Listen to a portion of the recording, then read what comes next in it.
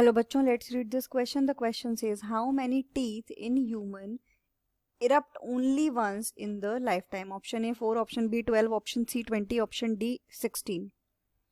तो इस क्वेश्चन में ये पूछा है कि जो टीथ होते हैं ह्यूमंस में, वो कौन से कितने ऐसे दांत होते हैं, कितने ऐसे टीथ होते हैं ह्यूमंस में जो अपनी पूरी लाइफ टाइम में, ह्यूमंस की पूरी लाइफ टाइम में सिर्फ एक बार ही इमर्ज होते हैं। तो जो की कॉन्सेप्ट है हमारा इस क्वेश्चन में, हम देखेंगे dental formula of adult and infant. Dental formula for adult and infant का जो डिफरेंस होता है, एंड इन्फेंट। तो अगर हम डेंटल फॉर्मूला की बात करें तो ये वो फॉर्मूला है जो ये डिपिक्ट करता है arrangement of number of teeth. तो बेसिकली अगर हम टीथ की बात करें और अगर हम डेंटल फॉर्मूला की बात करें, डेंटल फॉर्मूला ये हमें अरेंजमेंट ऑफ टीथ बताता है किस तरीके से। जैसे सपोज करें, अगर हम देखें ये टीथ ये हमारा एक हो गया अपर, ये एक जॉ का एरिया, इधर लोअर और अपर, राइट।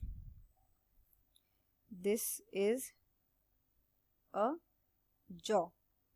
इस जॉ में इतने पार्ट में जो काउंटिंग आएगी वही सेम काउंटिंग इधर भी होगी, वही सेम काउंटिंग अपर जॉ में भी होगी। तो अपर जॉ लोअर जॉ में दोनों में सेम काउंटिंग रहती है और राइट और लेफ्ट में भी सेम काउंटिंग रहती है। तो सिर्फ यहाँ से लेकर यहाँ तक के अरेंजमेंट ऑफ टीथ का जो फॉर्मूला है वो हम बोलते हैं डेंटल फॉर्मूला। तो अगर हम डेंटल फॉर्मूला की बात करें तो ये इन्फेंट्स में अलग होता है और अडल्ट्स में अलग होता है। क्यों? क्योंकि there are certain number of teeth जो कि सिर्फ अडल्टहुड में जाके ही आते हैं, अडल्टहुड में जाके ही इरप्ट होते हैं। इन्फेंट्स में टोटल 20 टीथ होते हैं, अडल्ट्स में टोटल 32 टीथ होते हैं। तो इन्फेंट्स के अगर हम डेंटल फॉर्मूला की बात करें वो होता है 2102 बाय 2102, मतलब upper lower jaw, right half left half दोनों में यही सेम चीज मिलेगी। तो ये हमारा अरेंजमेंट किसके लिए होता है? सेम सेम ऊपर नीचे दोनों चलेगा। दिस वन इज फॉर, जो सबसे पहला है वो होता है इंसाइजर्स, जो नंबर 2 है कैनाइंस, नंबर 3 होता है किसके लिए? प्रीमोलर्स के लिए, और नंबर 4 होता है हमारा मोलर्स के लिए।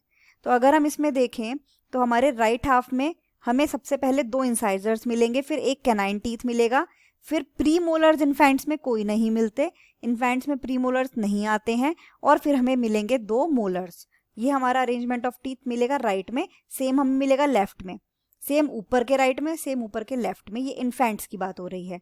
अगर हम एडल्ट के फॉर्मूला की बात करें वो होता है 2123 बाय 2123। इसमें भी 2 इंसाइजर्स मिलेंगे, एक कैनाइन मिलेगा, 2 प्रीमोलर्स अब यहाँ पर हमारे इमर्ज हो गए हैं, और 3 हमें क्या मिलेंगे? मोलर्स। प्रीमोलर्स हमारे 2 इमर्ज हुए हैं, हमारे पहले नहीं थे, इन्फेंट स्टेज में नहीं थे, इन्फेंटहुड में नहीं थे, एडल्टहुड में आके हमारे दो प्रीमोलर्स ग्रो कर गए हैं, राइट। तो 2 premolars here and here as well.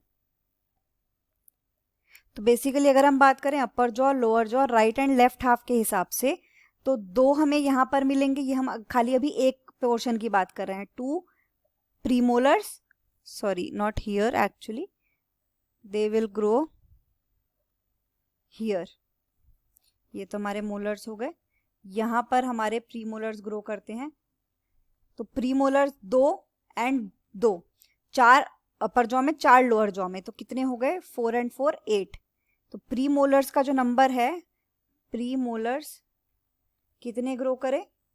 8 premolars grow करे। इसके अलावा अगर हम डेंटल फॉर्मूला का डिफरेंस देखें, 1 molar tooth also emerges in the adulthood. तो 1 molar tooth here, 1 molar tooth here, 1 molar tooth here. तो in total molar tooth in both upper and lower jaw कितने हो गए हमारे? टोटल 4, बिकॉज 2 नीचे lower jaw में, 2 ऊपर अपर जॉ में। तो प्री मोलर टोटल 8 ग्रो करते हैं, मोलर टोटल 4 ग्रो करते हैं, and this accounts for a total number of 12 new teeth, जो कि सिर्फ once in a lifetime grow कर रहे हैं, दोबारा ग्रो नहीं करते।